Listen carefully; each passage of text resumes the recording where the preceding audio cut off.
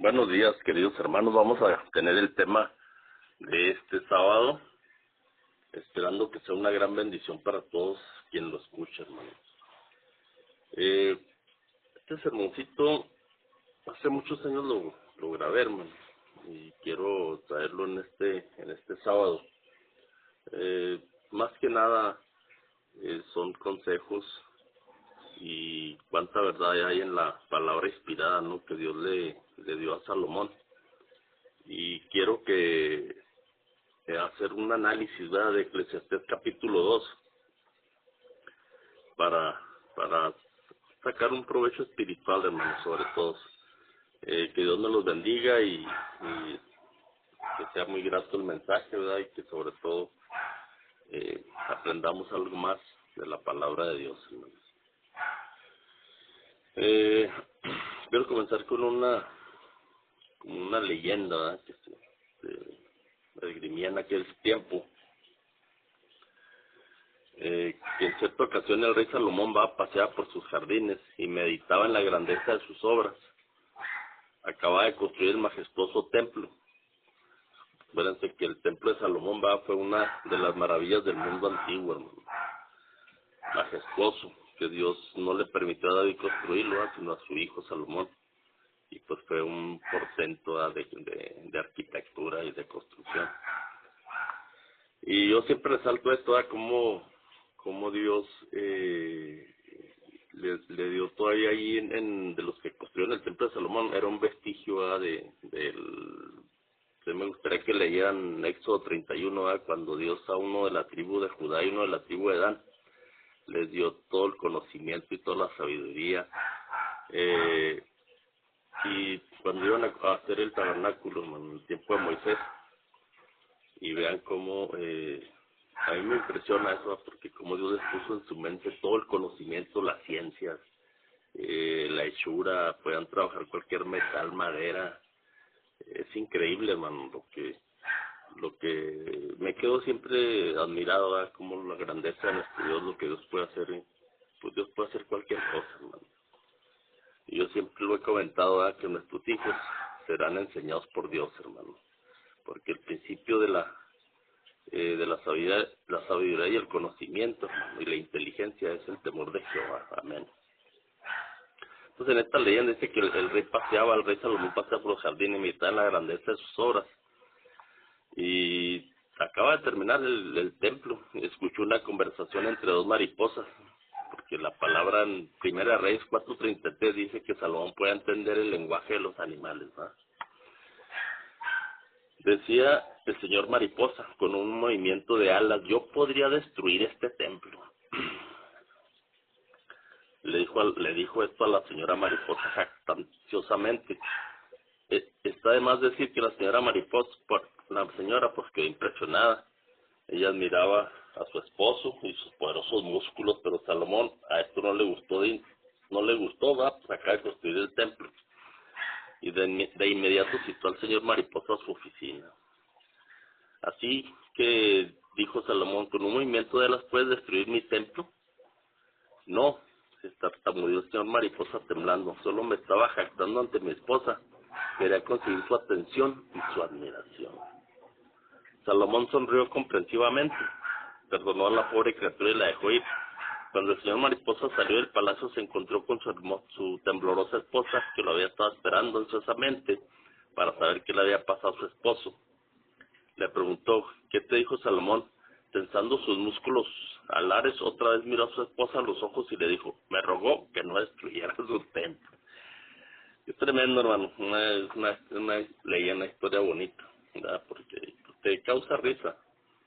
Y esta historia poco usual, la verdad, pues sí nos saca una sonrisa, ¿verdad?, y nos lleva directamente al corazón de Eclesiastés, ya que este es el libro acerca de la vanidad, porque cualquiera de nuestras obras son vanidad, dijo el sabio Salomón, aún las más prestigiosas y sagradas, como el maravilloso templo de Salomón, hermano. Amén. Vanidad, hermano, es una palabra perturbadora, pues que amenaza nuestra seguridad y nos prepara por una comprensión incómoda, pero esencial, en el libro de Eclesiastés. Salomón lo dijo: vanidad de vanidades. El nombre Eclesiastés, hermano, deriva de la palabra griega eclesia, que significa asamblea o iglesia, a la cual Salomón estuvo predicando en Primera de Reyes 8. Amén. Vamos a leer el capítulo 2 de Eclesiastés, hermano, y vamos a desglosar a sacar los puntos más importantes de ese capítulo, y la verdad está muy interesante. Me gustaría que pusieran mucha atención. Voy a leer un poco, hermano, es palabra de Dios, amén, y que sea una gran bendición todo esto, hermano. Dice, Eclesiastés 2:1 dice: dije yo en mi corazón, ven ahora, te probaré con alegría y gozarás de bienes, mas he aquí, esto también era vanidad. Es tremendo, hermano. Y eso es verdad, hermano, todo lo que escribe Salomón. Al final, ¿verdad? Todo lo que hagas en esta vida, todo lo que, aún los dones que Dios te da, al final uno los usa vanidosamente, hermano. Todo es vanidad de vanidad, eso es cierto. Y qué mejor ejemplo el de Salomón, ¿verdad? Que Dios le dio, fue el hombre más sabio que haya existido en esta tierra, hermano. A la risa, dice, enloqueces, y al placer, ¿de qué sirve esto? Propuse en mi corazón agasajar mi carne con vino, y que anduviese mi corazón en sabiduría, con retención de la necedad, hasta ver cuál fuese el bien de los hijos de los hombres, en el cual se ocupaban debajo del cielo todos los días de su vida. Engrandecí mis obras, edifiqué para mis casas, planté mis viñas, me hice huertos y jardines, planté en ellos árboles de todo fruto, me hice estanques de aguas para regar de ellos el bosque donde crecían los árboles. Compré siervos y siervas, tuve siervos nacidos en casa, también tuve posesión grande de vacas, ovejas, más que todos los que fueron antes de mí en Jerusalén. Me amontoné también plata, oro, tesoros preciosos de reyes y de provincias. Me hice de cantores y cantoras y de los deleites de los hijos de los hombres y de toda clase de instrumento de música, hermano. Fui engrandecido y aumentado más que todos los que fueron antes de mí en Jerusalén. Además de esto, conservé conmigo mi sabiduría.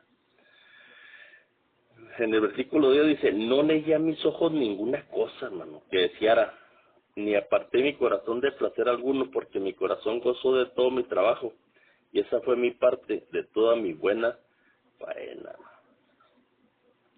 Miré yo luego todas las obras que había hecho, más mis manos y el trabajo que tomé para hacerlas, y aquí todo era vanidad y aflicción de espíritu, y sin provecho debajo del sol, hermano. Después volví yo a mirar para ver la sabiduría y los desvaríos y la necedad. ¿Por qué podrá hacer el hombre que venga después del rey? Nada, sino lo que ya ha sido hecho. Y he visto que la sabiduría sobrepasa la necedad, hermanos, como la luz a las tinieblas. Tremendo. El sabio tiene sus ojos en su cabeza, mas el necio anda en tinieblas. Pero también entendí que un mismo suceso acontecerá a uno como al otro. Está ahí refiriéndose a la muerte, ¿no? Tanto el más inteligente como el más necio, con menos capacidad, de todos modos dice que al final van para el mismo sitio, hermano, al sepulcro. Entonces dije yo en mi corazón, ¿cómo sucederá al necio? Me sucederá también a mí. ¿Para qué pues he trabajado hasta ahora para hacerme más sabio? Y dije en mi corazón que también esto era vanidad. Porque ni del sabio ni del necio habrá memoria para siempre, pues en los días venideros ya todo será olvidado, y también morirá el sabio como el necio, hermano. Aborrecí por tanto la vida, porque la obra que se hace debajo del sol no era fastidiosa, por cuanto todo es vanidad y aflicción de espíritu, hermano. Asimismo aborrecí todo mi trabajo que había hecho debajo del sol, el cual tendré que dejar a otro que vendrá después de mí. Y quién sabe si será sabio o necio el que se enseñoreará de todo mi trabajo que yo me afane y en que ocupe debajo del sol de mi sabiduría. Esto también es vanidad. Ya Salomón ya estaba pensando, ¿no? Bueno, yo todo lo que he hecho, todo lo que he trabajado, todos mis bienes, todas mis riquezas, al final va a venir otra persona que no, ni trabajó ni nada. Qué tremendo, como él ya pensaba en todo eso. Volví por tanto a lanzarse mi corazón acerca de todo el trabajo en que me afané, y en que había ocupado debajo del sol mi sabiduría. Que el hombre trabaje con sabiduría y conciencia y con rectitud, y que haya de dar su hacienda a hombre que nunca trabajó en ello, también es vanidad y mal grande, hermano. Porque ¿qué tiene el hombre de todo su trabajo y de la fatiga de su corazón con que se afana bajo el sol? Porque todos sus días no son sino dolores y sus trabajos molestias, aún de noche su corazón no reposa. Esto también es vanidad, hermano. No hay cosa mejor para el hombre, hermano, sino que coma y beba y que su alma se alegre en su trabajo. También he visto que esto es de la mano de Dios, hermano. O sea, Dios ve bien, hermano, que disfrutemos de todo lo que nos esforzamos y nos sacrificamos en esta tierra, y que también disfrutemos, hermano. Y claro, hermano, no se trata de libertinaje, se trata de estar dentro de los principios de Dios. Siempre al final eso es lo más importante, hermano. Pero Dios se goza, ¿verdad?, en que nosotros hagamos eso, ¿no? Porque ¿quién comerá y quién se cuidará mejor que yo? Porque el hombre que le agrada a Dios, escuchen, hermano, le da sabiduría, ciencia y gozo, mas al pecador le da el trabajo de recoger y amontonar para darlo al que agrada a Dios. También esto es vanidad y aflicción de espíritu, ¿no?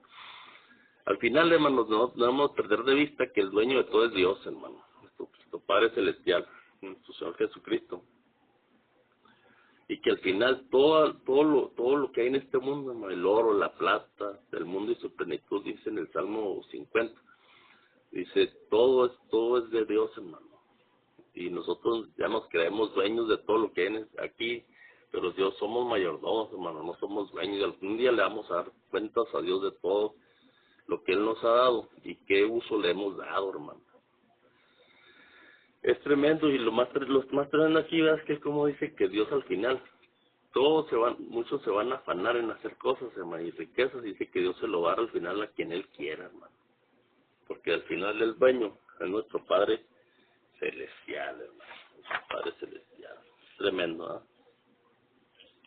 Gozo, trabajo, sabiduría y Dios, hermano. Nuestra vida será probada, hermano. Ven ahora y te probaré. En el versículo 2:1, ¿eh? Y la prueba que tiene que ver con los tres valores de nuestra vida, gozo, trabajo y sabiduría, hermano. ¿Qué es lo que hace que nuestra vida sea soportable, útil y significativa? Así podemos ver si hay algo bueno en ella. Este es el propósito de la prueba, ver cuál fue el bien de los hijos de los hombres en los que se ocupan debajo del cielo todos los días de su vida. Versículo 3. ¿Por qué resaltó la palabra bueno, hermano? Porque Dios en su creación hizo todo bueno en gran manera. Y esto se repite 7 veces en manera de estribillo en el libro de Génesis, hermano. Y vio Dios que era bueno. Por esto es importante reflexionar y analizar el propósito de nuestra vida y preguntarnos si estamos haciendo la voluntad de Dios por la cual fuimos formados. Esto es importante, hermano, porque creo que ya estamos en los últimos tiempos y de alguna manera siento que le fallamos a nuestro Creador vez tras vez, hermano. Tenemos que buscar el propósito y el motivo, hermano, por el cual Dios nos tiene aquí en este mundo, hermano. Dios a todos nos formó y nos hizo por alguna razón. Todos tenemos un propósito, pero hay que buscarlo, hermano. ¿Y ese propósito cuál es? Sí, dar a quien podamos el conocimiento del verdadero Dios, hermano. Y decirles que hay esperanza y que Dios es un Dios de amor, que mandó a su Hijo para morir aquí por nosotros, hermano. Aún sin merecerlo, ¿no? Si no valoramos eso, hermano, entonces ¿qué estamos valorando en esta vida, en serio, hermano? El gozo es vanidad, hermano. Todas las facetas de la felicidad están incluidas en esta prueba, hermano. La alegría, el placer, el regocijo, ¿sí? La risa y aún el agasajo de los sentidos bajo los efectos del vino, hermano. Escuchen esto, hermano. Aquí vemos quién es el que condujo la prueba. Yo te probaré con alegría. Yo a la risa dije, yo propuse que anduviese mi corazón en sabiduría. Aquí observamos, hermano, como conclusión que el gozo es vanidad, la risa es locura y el placer no sirve y el vino es necedad, hermano. Qué tremenda enseñanza, hermano, en estas palabras inspiradas de Dios hacia Salomón. Y vemos ya cómo todo lo que nosotros pensamos que nos gozamos, nos reímos, dice que es una locura, hermano. Y dice que al final el vino es necedad y el placer, hermano, de nada nos sirve, hermano. Acuérdense que la palabra habla de los placeres de esta vida y le damos rienda suelta a eso, pensando que somos felices, pues no somos felices, hermano. Nosotros, hay un vacío en nuestra vida, en nuestra existencia, hermano, que si no lo llenamos con Dios, de nada nos va a servir, hermano. Nunca vamos a ser felices, eso créanlo. Todos los gozos están bajo su juicio, todos son vanidad, hermano. Esto puede parecer extraño y chocante. La razón para este juicio sin atenuantes es sencilla. Eclesiastés no está preocupado por el valor moral o espiritual del gozo, hermano. Escuchen. No está preocupado por el valor moral o espiritual del gozo, sino por su realidad.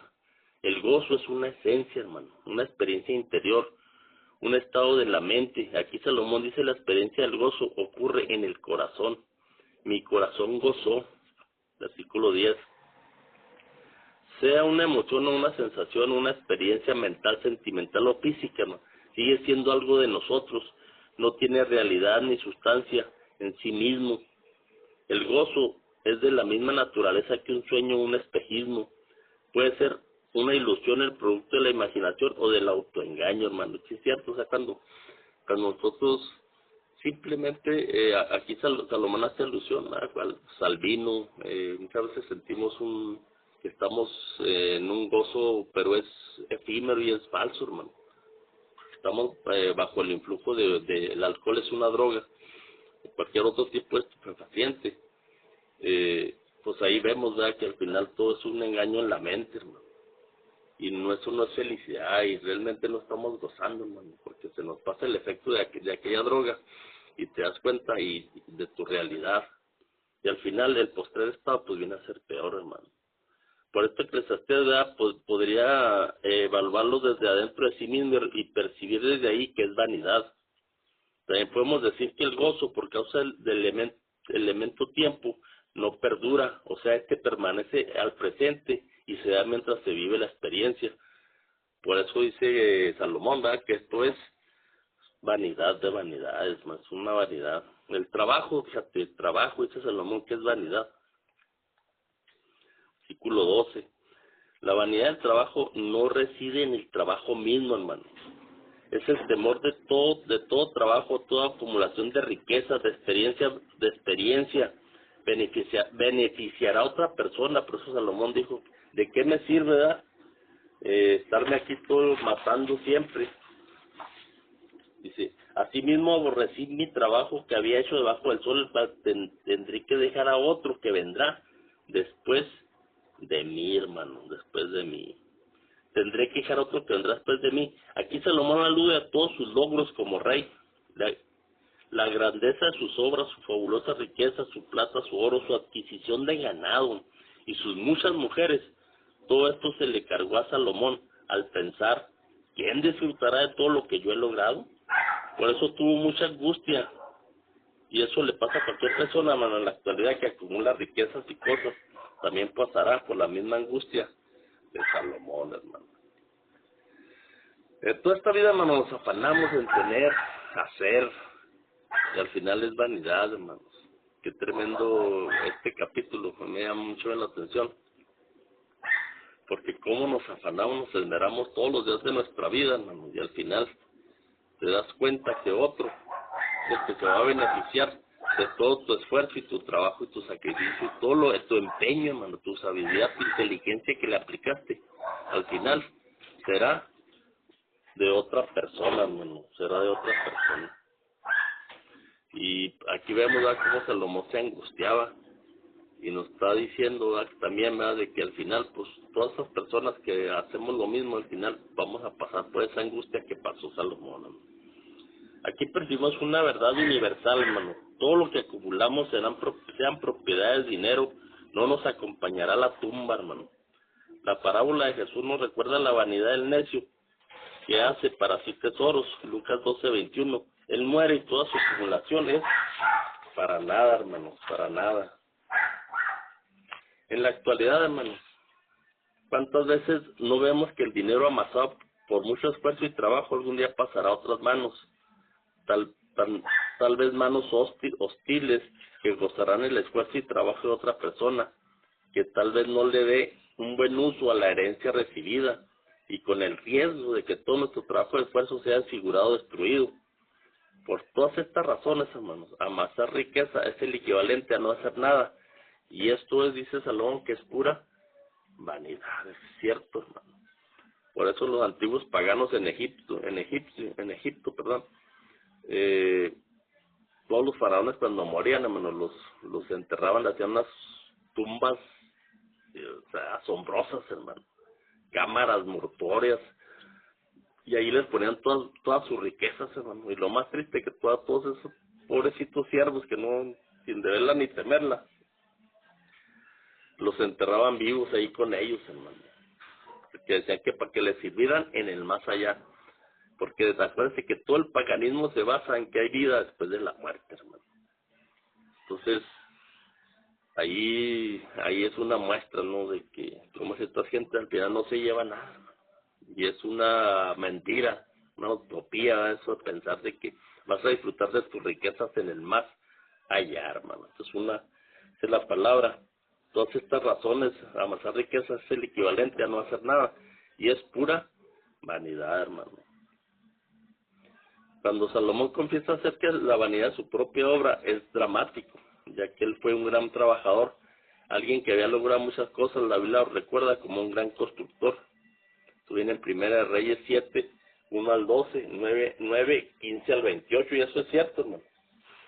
¿Cuántas cosas no hizo Salomón? Y algo que me da mucho la atención, que él como usó un nombre que se llama Irán de Tiro. Y es Irán, hermano, de Tiro. Él venía de la herencia de la tribu de Dan. Hermano, que fue de esas personas que en Éxodo 31, que Dios le dio toda sabiduría, toda ciencia, el comentario que les hice ahorita. Y como este hombre todavía era una herencia, ¿verdad?, de ese conocimiento que Dios le había dado a sus antepasados.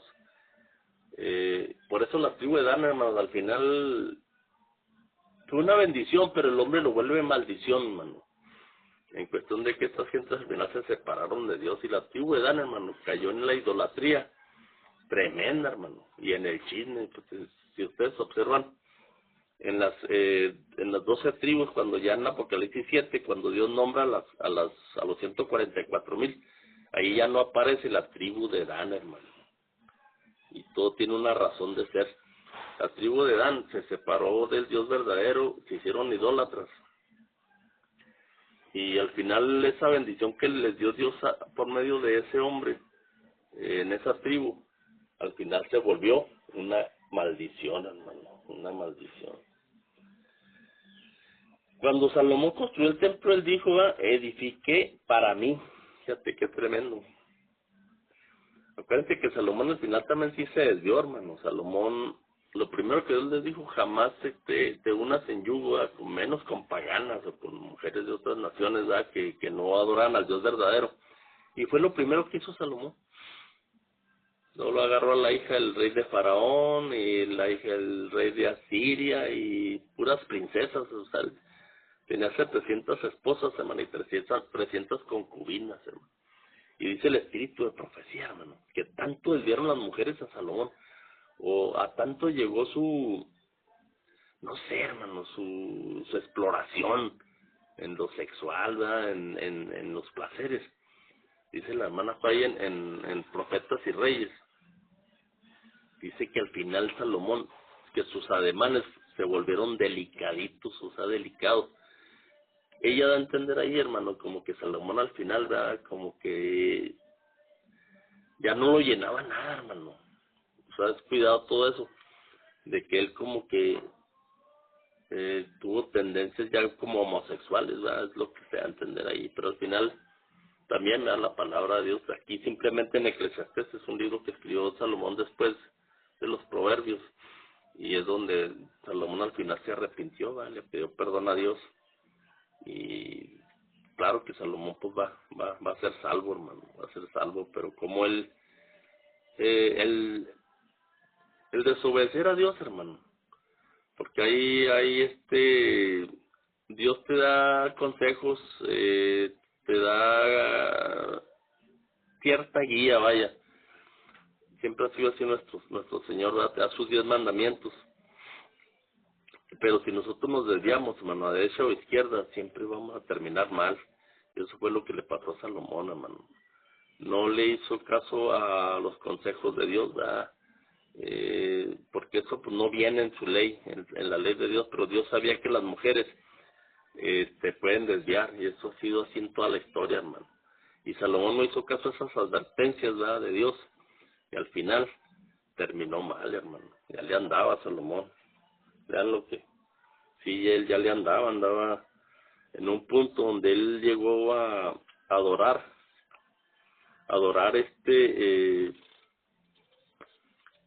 dioses paganos, hermano, los dioses de sus esposas. Así lo hicieron, hermano, a Salomón. Llegó dentro del templo de Jerusalén, llegó a adorar ídolos, hermano. A ese punto llegó Salomón, no, que al final reaccionó y se arrepintió de todo lo que estaba haciendo, hermano. Pero ya Salomón ya se andaba más para allá que para acá, hermano. Y qué tremendo, ¿verdad?, al final como él escribe, ¿verdad?, que todo es vanidad de vanidades, ¿verdad?, todo lo que los placeres, el tener, las riquezas, toda la sabiduría que él tenía, dijo, al final fue vanidad de vanidades. Es muy bonito el libro de Eclesiastés, más de lanzar, tienen consejos bien tremendos y nos ayuda mucho, hermanos, porque tantas veces nosotros caemos en lo mismo, hermano, nos jactamos de las bendiciones que Dios nos da o de los dones que Dios te da y los usamos mal, hermanos. Y aún Dios es maravilloso y amoroso, ¿verdad?, que cuando nos arrepentimos y le volvemos a pedir perdón al Señor, Él nos perdona, hermanos.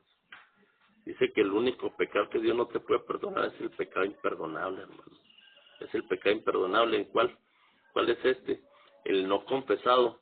Y cuando sigues y sigues, hermano, apapachando en tu mente y en tu corazón, hermano, pecados acariciados de los placeres o lo que te gusta de este mundo, llega el momento que eso te arrastra, hermano, y es muy peligroso, hermano. Por eso Salomón llegó a un punto que cuando construyó el templo dijo, edifiqué para mí, refiriéndose a él mismo, hermano, en lugar de decir yo edifiqué para ti, o sea, hablando al Padre Celestial. Aquí vemos que aún la construcción del templo estaba implícita en la lista de vanidades de Salomón, hermano. Una ironía que es digna de mención. ¿Recuerdan la leyenda del señor Mariposa y su jactancia? Es exactamente lo mismo, hermano. Esa leyenda que les leí al principio. Es increíble, ¿verdad?, cómo al final, ¿verdad?, todos esos dones que Dios nos da los hacemos propios. Y acuérdense que ese espíritu, hermano, viene del enemigo, porque al final Satanás también se jactó del poder que tenía. Lo que Dios le había dado, él lo tomó como que venía de sí mismo y como que era propio, como que él se lo merecía, hermano.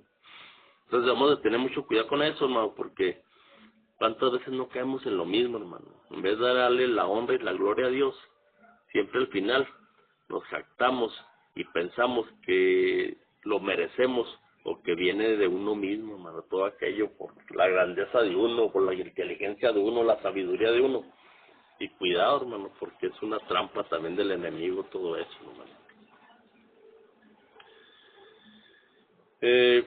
Cuando Eclesiastés dice que todas sus obras son vanidad, está diciendo que aún las obras sagradas pueden calificarse como tales, porque a menudo son centradas en uno mismo.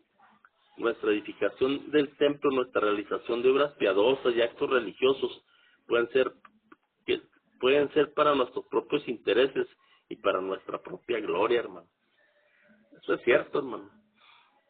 Ayer hablando con un hermano que tenía muchos años que no lo miraba, y estuvo él analizando uno de mis sermones y dice, oye, yo no he escuchado este mensaje, la verdad.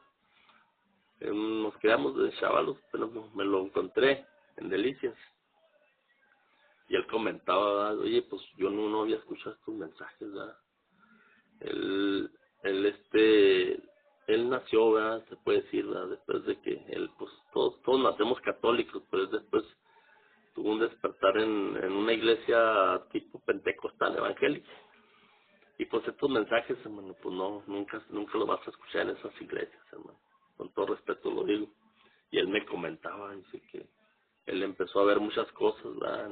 En las iglesias, porque ahí siempre te predican mucho la prosperidad, hermano, que entre más da, que el diezmo, no matan con eso, y todas, cada sermón, hermano, es la misma cantaleta. ¿Por qué? Porque ya tienen sus objetivos, hermanos, y intereses puestos en el dinero, en otras cosas, hermano. Ya al final, por eso nuestro Señor los califica, son perros mudos, que aman el dormir, que viven en la opulencia. Pero dice, pero mi pueblo, dice, tiene hambre, ¿verdad?, de alimento espiritual, o de la verdad, porque ya ni siquiera están predicando la verdad, hermano. Y eso ya a ellos no les interesa, hermano. Ellos quieren mantener a toda esa gente que esté ahí como en un estado así pajita, así como que estén tranquilos, a gusto. Ya eres salvo, no te preocupes, no tienes que buscarle más. Esta es la verdad. Es terrible, hermano, es terrible. Y a cuánta gente inocente, hermano, no arrastran. Eso es para pensar un poquito en lo que están haciendo en este tiempo, hermano, en este tiempo. Entonces, ¿cuántas veces nosotros nos jactamos, ¿verdad?, cuando hacemos algo, nuestras obras piadosas o actos religiosos? Pueden ser para nuestros propios intereses, hermano, y para nuestra propia gloria. Y al final nos desviamos, hermano. Nos desviamos, ¿verdad?, y no le damos la honra y la gloria a quien debe ser, hermano, al que nos dio todo, que es nuestro Padre Celestial, hermano. Acuérdense cuando Moisés en el Éxodo, el único pecado de Moisés, hermano, fue cuando Dios le dijo, háblale a la roca para que salga agua. Pero Moisés estaba tan ofuscado, hermano, tan enojado con toda esa gente, que yo admiro a Moisés, hermano, porque la verdad andar 40 años con gente rebelde, o sea, es tremendo, hermano, y él nunca perdió la cabeza, guiado por el Señor. Y el único pecado que cometió fue esa vez ya, hermano. Le dio en vez de decir, pues como lo que Dios le dijo, háblale a esa roca para que salga agua, ya dale a este pueblo. Moisés, que ya enojado, fue y le dio un bastonazo a la piedra y dijo, tengan, y se dio la honra y la gloria a él, hermano. Les voy a dar agua para que ya no me estén como que moliendo, ¿no? Y le dio el bastonazo a la piedra.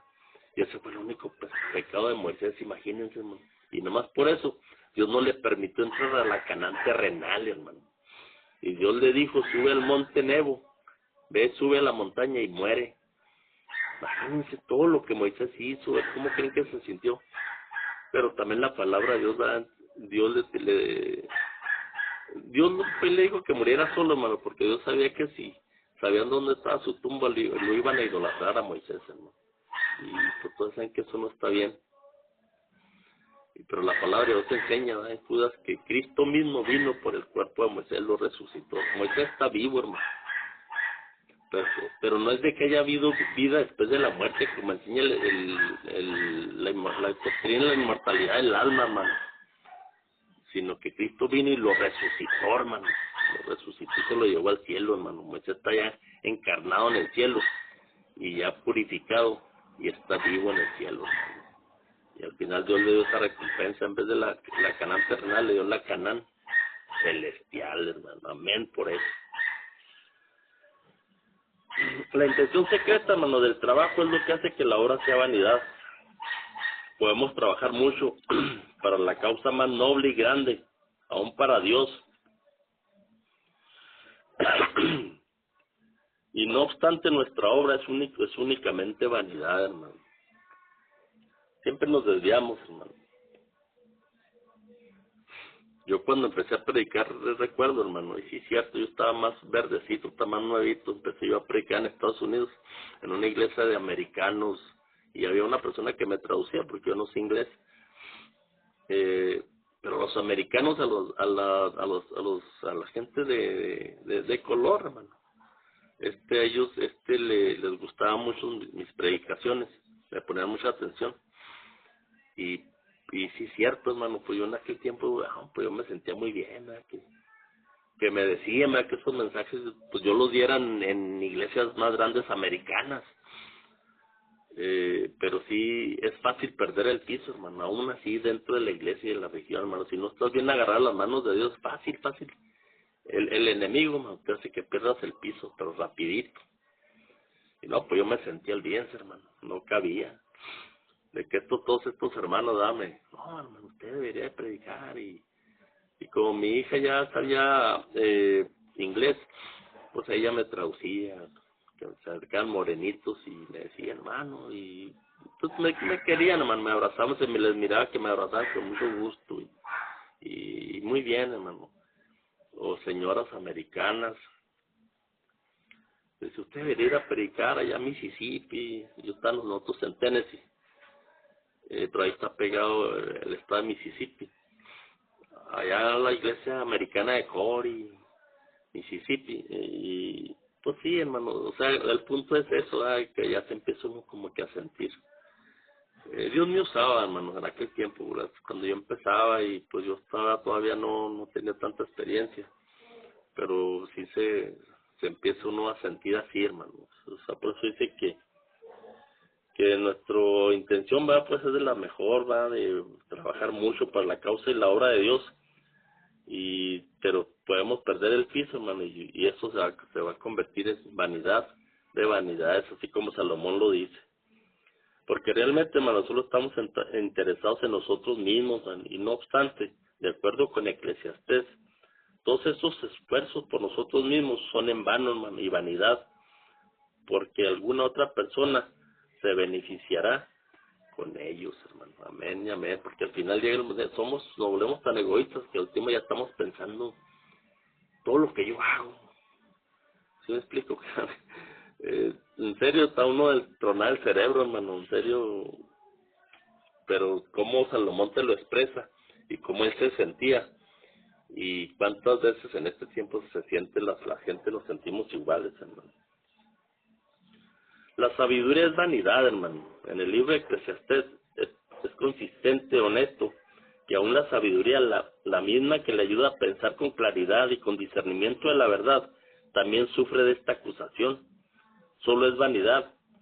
En el versículo 13, ¿verdad? Aquí se reconoce el valor superior de la sabiduría. He visto que la sabiduría sobrepasa la necedad como la luz a las tinieblas, hermano. La sabiduría, hermano, que viene de Dios es importantísima. Es considerada como la receta mágica para alcanzar la inmortalidad. Amén. Esta fue la tentación de Eva. Adquiere sabiduría para alcanzar la condición de inmortalidad y ser como Dios. Eso es cierto, hermano. Acuérdense que los dos principios de Satanás, ¿cuáles? No moriréis, es lo que le dijo a Eva, y serás como Dios y tendrás sabiduría como Él, conociendo el bien y el mal, hermano. Son los dos principios del satanismo, del espiritismo, y son los principios de Satanás con los que siempre se ha movido a través de toda la historia de este mundo, hermano. Era también una idea común en el antiguo Egipto, hermano, donde el hombre sabio era inmortalizado mediante sus palabras de sabiduría, pero en Eclesiastés dice en el versículo 14, el sabio como el necio morirá. Un mismo suceso acontecerá el uno como al otro, hermano. En el libro de Job, él comprendió una verdad que trastornó su lógica inicial. Tu sabiduría no te salvará, ni siquiera tus conocimientos teológicos o tu comprensión espiritual de la verdad, hermano. Eso no nos va a salvar, hermano. ¿Qué es lo que nos va a salvar, hermano? Limpiar nuestro carácter. Sí, porque la palabra de Dios enseña, pero clarito, ¿verdad?, de que sin santidad nadie va a ver a Dios, hermano. Necesito primero reconocer a Cristo como nuestro grande y único Salvador, hermano. Y suficiente Salvador, hermano. Amén. Bautizarnos, hermano, en el nombre de nuestro Señor Jesucristo, no en nombre de una Trinidad, hermano, porque eso lo enseña la palabra de Dios. ¿Sí? Y de ahí empieza ese proceso de limpiar nuestra mente, hermano, para estar listos para ir al cielo, hermano, porque cuando muramos, lo único que Dios nos va a regresar es el carácter, hermano, reformado. Es lo único que Dios nos va a regresar, hermano, cuando sea la resurrección, cuando Cristo vuelva por segunda vez, hermano. La sabiduría, hermanos, en el mejor de los casos no nos dará un privilegio especial sobre el necio o sobre el malvado. Todos morirán. En este sentido, la sabiduría es vanidad, hermano. Ahora, el don de Dios. El discurso eclesiastés, hermano, comenzó con una parábola de los movimientos de la creación, enseñándonos la lección de lo que ocurrió en esta creación. Todo el bien que Dios creó, recuerden que la tierra está desordenada y vacía. Eso es cierto, hermano. La tierra, cuando dice que cuando Cristo iba a comenzar la obra de la creación, ese espíritu que se movía al principio, hermano, en la Biblia, dice que la tierra está desordenada y vacía. Y Él empezó a ordenarla, hermano, y hacer todo bueno en gran manera, hermano. Amén y amén, hermano. Nuestro Señor Jesucristo comenzó esa obra y esa semana de la creación, hermano. Y la finiquitó, ¿cómo? Descansando el séptimo día, que es el sábado, hermano. Amén. Y Dios lo bendijo y lo santificó desde el Edén, hermano. Amén. Sí, entonces veamos el trabajo de Dios, hermano, comparado con el trabajo humano. En este contexto, el gozo, el trabajo y la sabiduría se ven como vanidad. Pero de repente en la conclusión de nuestro pasaje, en el versículo 24 al 26, el gozo, el trabajo y la sabiduría son identificados ahora como dones de Dios. Dios le da la sabiduría, ciencia y gozo del trabajo, en el versículo 26. Ahora compara con 3.13, gozo, trabajo y sabiduría reaparecen esta vez en el contexto positivo de la creación, asociado con la palabra bien, bueno y dar. Amén. Tremendo, hermano. Todo era bueno en gran manera y Dios lo hizo para que nosotros nos gozáramos, hermano. Dios nos dio todo. Amén. Directamente atribuidos, ¿sí?, a Dios. Estas palabras son claves en la historia de la creación, hermano. Y hay una conexión muy estrecha entre Dios y la creación y el hombre viviente, hermano. Y dijo Dios aquí: os he dado toda planta que da semillas que da sobre toda la tierra, y todo árbol que hay fruto y que da semilla os serán para comer. Génesis 1:29. Pero ¿qué dijo el hombre? No, hermano, prefiero comer carne. La carne Dios la dio como un sustituto, hermano, después del diluvio, porque no había en ese tiempo, pues las plantas, todo estaba destruido, todo estaba negado. Y Dios lo dejó como un sustituto a Noé, pero ese sustituto ya nunca lo dejamos, hermano. ¿Por qué? Porque la carne con el tiempo nos mata, hermano. Nos atrae muchas enfermedades, hermano. Pero la dieta original era vegetariana, hermano. Si obedeciéramos a Dios como debe ser, hermano, nosotros no sufriríamos todas estas enfermedades a las que nos ha llevado el pecado en la actualidad, hermano, de comer compulsivamente y comer lo que Dios no quiere que comamos, hermano. Y no hacemos caso. Y vean, este mundo estamos enfermos, hermano. Es interesante, hermano, el hecho de que en esta asociación Dios se preocupa por el alimento, el gozo primario, el que Eclesiastés se refiere en 2:24, no hay cosa mejor para el hombre, sino que coma y beba, y que su alma se alegre en su trabajo. También he visto que esto es de las manos de Dios, amén. En esa nueva perspectiva del don de Dios, a la luz de la creación, las experiencias del gozo, el trabajo y la sabiduría adquieren un nuevo significado, amén. En la perspectiva del don de Dios ya se ve de otra forma, hermano, se ve de otra forma. Pero vuelvo a repetir, desgraciadamente uno lo tuerce, hermano, uno lo tuerce. Todo lo que Dios nos da y hace es bueno en gran manera, pero nosotros lo torcemos, hermano. Ejemplo, hermano, el gozo ya no es la experiencia subjetiva, superficial, fabricada por los humanos, al decir, pásatela bien, hombre. En esa expresión que usamos, no, pásatela bien, gózate. No es el fruto del esfuerzo humano, hermano, ni una recompensa que nos damos a nosotros mismos porque la merecemos. Eso, el gozo real, hermano, el gozo verdadero es un don de Dios, es gracia de parte de nuestro Creador, hermano. Eso es lo correcto, hermano. No es de que pásatela bien, eso es gozo, no, hermano. El gozo es un don de Dios y es gracia de parte de Él, hermano. Hermanos, quiero terminar ya esto, nomás para hacer hincapié, quise hacer este pequeño estudio, hermano, este pequeño análisis de Eclesiastés 2, y hay mucha enseñanza en todo esto, hermano. Y yo esperando que todas estas palabras sean de una gran bendición para todos ustedes, hermano. Y espero que este pequeño sermón pues nos haga reflexionar en lo que hacemos, en todo lo que pasa debajo del sol, hermano. Al final te das cuenta, ¿verdad?, que tanto afán, tanto andas de aquí para allá en los trajines de esta vida. Al final te das cuenta que Salomón tiene razón, ¿verdad? Todo es vanidad de vanidades, hermano, vanidad de vanidades. Dios me los llene de grandes bendiciones, hermano, que pasen un excelente sábado, ¿sí?, en compañía de nuestro Señor. Amén y amén, hermanos, deseándoles lo mejor.